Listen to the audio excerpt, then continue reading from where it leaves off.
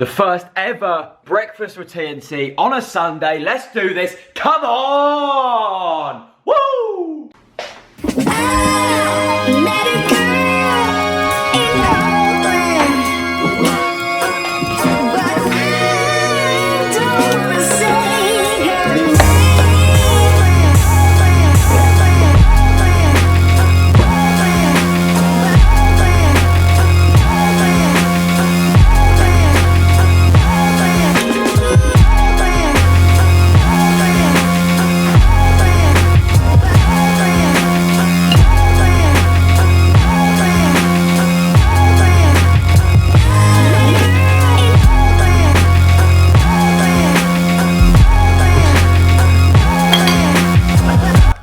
Just can't butter a scone and hold the camera.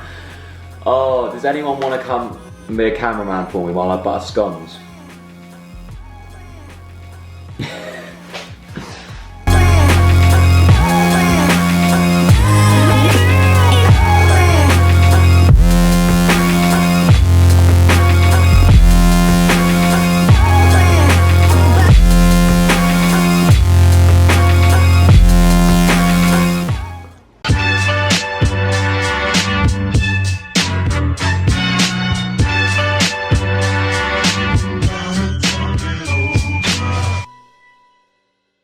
Hey, what is going on, guys? TalkNorwichCity here, back for another Breakfast with TNC. I believe this is the first ever Breakfast with TNC on a Sunday after a Saturday game. Let's talk about the breakfast first of all. Normally on a Sunday, either my mum's not working, so she'll cook me a nice little fry-up, she's good at that, or my girlfriend's here, and we'll go out and get breakfast. Today, neither of that's happening, so the breakfast I've got isn't ideal. I've got a glass of orange juice, perfect, packed with vitamin C. It'll get me going. The scone, on the other hand, it's scone or scone, don't care. For me, it's a scone.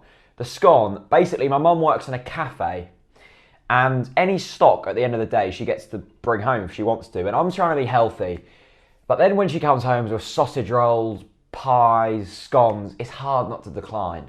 So I've got a scone with just butter. I couldn't find any jam. Don't hurt me. But the raspberries, on the other hand, they've seen better days. For some reason, they've got mould on them. Well, some of them have. So I'll pick around the mould. Actually, might not be mould, actually. It might just be dirt. Either way, they've seen better days. Anyway, QPR yesterday, we lost. I'm sure you guys know that already. But I'm fairly upbeat. You can tell I'm fairly upbeat, and I tweeted out yesterday, Leeds away in the cup, Brighton away in the league, and Leeds at home. I was very, very angry, like very angry, and that's because I had expectation. We went there, we should have really won or picked up points or whatever. Yesterday, I went to QPR knowing that the best we'd probably get is a draw, and that's really sad to say. But when you go there with that mindset, it's very hard to get disappointed. I was with great mates. We had a good day. You know, London away days are always good fun. And I just enjoyed the day. And we backed the boys. We chanted the whole game. I thought the majority of Norwich fans were incredibly respectful on what was a very tough day for Norwich. And there was definite anger around the fans. There were a few people saying sacked in the morning and stuff like that, and I completely understand where that comes from. I don't think they're out of touch to say that. And it wasn't good. There were some positives. I thought John Ruddy came in and done an excellent job in goal. A few questions asked about the second goal, but I was literally right behind that Poulter strike, and it looked like, for me, that Poulter was going to chip him. And Ruddy can't. And I don't think Poulter struck it as he meant to. Don't think that was his fault. I think you've got to look at the two centre backs. What were they doing? How was that ball allowed through? For me, it was Basong's fault. I haven't watched it back. I'm not going to watch the highlights back. But for me, Basong was at fault for that. He was so flat-footed, and it was a simple ball to defend, and Poulter was just through on goal. Anyway, I don't really want to talk too much about analysis. It's tough. Because I saw a lot of people yesterday, and everyone was going, Jack, Alex Neil in or out? Alex Neil out. He's completely lost the plot. That team sheet yesterday, I don't know what went through his mind. Like, Oliveira up front as a lone striker, I tweeted it out, and a lot of people actually said they thought Oliveira was good yesterday. Rubbish. He was not good at all. Jerome came on and done more in that 10 minutes he was on the pitch than Oliveira had done in the previous 80 minutes. Jerome came on and won a header that led to our goal. I think that was it, wasn't it? He ran the channels a lot more. He helped out a lot more. Oliveira, I'm not saying he's a bad player. From what I've seen of him, he does look a bad player, but I haven't seen enough of him. But he's not a lone striker. He needs someone supporting him, and I think the formation had to change. And the fact that Kyle Lafferty did not even get a run out yesterday is just embarrassing. And I genuinely do feel sorry for Kyle Lafferty, because in my opinion, you just have to do all you can in whatever that is, football, life, and you need a chance. You do all you can, and then you have a chance. Kyle Lafferty has done all he can. He can't do any more at the moment. He's scored when he's come on. He's scored for his country. It looks like he's cracking down. He's working hard, and he still doesn't get that chance. That game yesterday was crying out for Kyle Lafferty to come on. I genuinely think if he would have come on yesterday, whether that be when we were 2-1 down or 2-0 down, he would have made a difference, and he would have impacted the game. To make a substitution in the 88th minute, bringing on Josh Murphy, is utterly laughable. The first half was utterly laughable. QPR could have been 4, 5, 6-0 up if they would have had a decent finisher. Ruddy made a few good saves. The first goal was embarrassing, utterly embarrassing. To be completely cut open from a long throw-in, I mean, come on. That ball went over about 3 people's heads and fell to the feet of a QPR player. I was taught how to make a defensive header in Hemsby Hornets under 8 setup. If Norwich City players don't know how to defend a long throw-in, then they need serious talkings to. And apparently, we'd been working on defensive shape for the whole of the 2 weeks that the international break, or the week that the international break was on. We were either that training session didn't work, or we were not working on defensive shape, because we had no shape yesterday. Positive, I thought Jacob Murphy was good. Very unlucky when he hit the crossbar. That was a brilliant strike and run at players. We haven't seen that for a while. He got at his players and he beat his man quite a bit. Obviously provided the cross for the Naismith goal. Basong was okay. I don't think he was at fault, was the worst player. But at the same time, I don't know why we dropped Tim Close. We are desperately missing Pinto. We are desperately missing Howson. But at the end of the day, the team was still good enough to beat QPR on paper. Let's have a look at the few of the reactions then. John Ruddy and Alex Neil spoke to the press. I really like what John Ruddy done yesterday. Came up to the fans at the end, giving it the old hand on the badge. And I think that was what made me very calm and not happy walking away from Loftus Road. I was devastated we'd lost, but happier than Brighton. I've got a thing with players paying respect to the fans. I know they don't have to, but it's nice to see. Russell Martin, full respect to Russell Martin. I love that guy. Except for Basong and Jerome had already walked down the tunnel. I'm not even going to talk about that. Martin was like going like this to get all the players over the fans. They all came over. Once again, Brady looked distraught, but he's got to start doing it on the pitch. Ruddy was hand on the badge, really like that.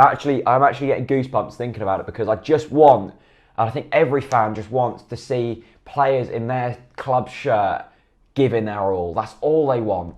You know, last 20 minutes we did put up a fight, and that was really nice to see.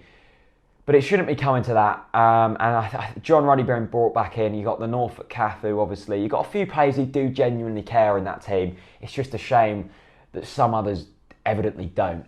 John Ruddy I'm going to put in his quotes about the Norwich fans. He put, "They were vocal throughout the game in a supportive manner, which we appreciate. This run is disheartening because I've got a lot of affection for this football club. Norwich have given me a lot. It's my home. The results don't lie though. We've lost 4 in a row, and that's not good enough. It's down to us players, not as individuals, to rectify that. We need to make sure we're working hard for each other now more than ever. Good teams are made when bad things happen. We've lost 4 in a row. I can't remember form this bad in recent times in the Championship. I mean, if you go back a while, but in recent times, this shouldn't be happening. This shouldn't be happening, and it is. Alex Neil, on the other hand, I'm really losing faith in Alex Neil. I love Alex Neil. I really do want him to do well, and I think that's the weird thing with this is everyone I spoke to was like, I love Alex Neil. I want him to do well. It's very rare that when a manager is under this much, pressure, that people are like, I don't want him to be sacked, but I think he needs to be. And that shows what a man Alex Neil is, because he gave us the best day of our lives at Wembley, brought us from the dead in the Championship, admittedly did get us relegated in the Premier League, but Norwich fans have a lot of respect for Alex Neil, and I think that's nice to see, but I still think Alex Neil needs to go. Alex Neil knows he can't keep making excuses. The only thing we need to do now is continue to work really hard. We need to stick together, and the boys need to believe that we can turn it around. I certainly believe that the staff believe that, and we need to make sure that in the next game we go and win it. Derby away, not an easy game. I don't know. Look, we're struggling. We're struggling big time, but we've got to stick together. We've got to back the boys. I'm at Derby away. I've got the tickets. Me and Chris and Mike are going up there. I'm going to back the boys. I'm going to get behind them. I'm going to have a good day, and hopefully the boys deliver. But it is tough watching Norwich City at the moment. It is tough. Anyway, on a lighter note, let's end on this. X Factor's Honey G challenges Strictly Come Dancing and Norwich City chairman Ed Balls to a dance-off. I mean, what is British television coming to? Honey G. I'm not actually sure if she's human. Like, genuinely don't think she's human. The sunglasses make me slightly insecure and worried. Apparently Ed Balls sent for her. And now she's challenged Ed Balls. It's challenged Ed Balls to a dance-off. That's a thing. That is a thing. Honey G has challenged Ed Balls to a dance-off. I don't even know what to say. Anyway, a massive thank you for you guys to watch it. Also, a massive thank you to the Acle Bridge Inn for sponsoring Breakfast with TNC. Links to them in the description. We're also going to be doing some offers, some free food and stuff for you guys that head over there very soon. So keep in touch with that. I just want to say to all the Norwich fans out there, we're going to be there next week. We're going to be supporting the boys. I know this is very tough, but we've got to stick together. I've been through my angry period. I've kind of come out of that now. It's weird being a football fan, but in a weird way, QPR yesterday, it did fill me with confidence because I saw good things from fans and players at times, and that fills me with confidence. This is a good football club going through a bad patch at the moment, so I don't know. We'll see. Anyway, thanks so much for watching. Hit like. If you haven't watched the videos from yesterday, there was a couple of fan cams and and the matchday experience, of course. Thanks very much for watching. I love you all. Peace out. Once upon a time, a fairy tale.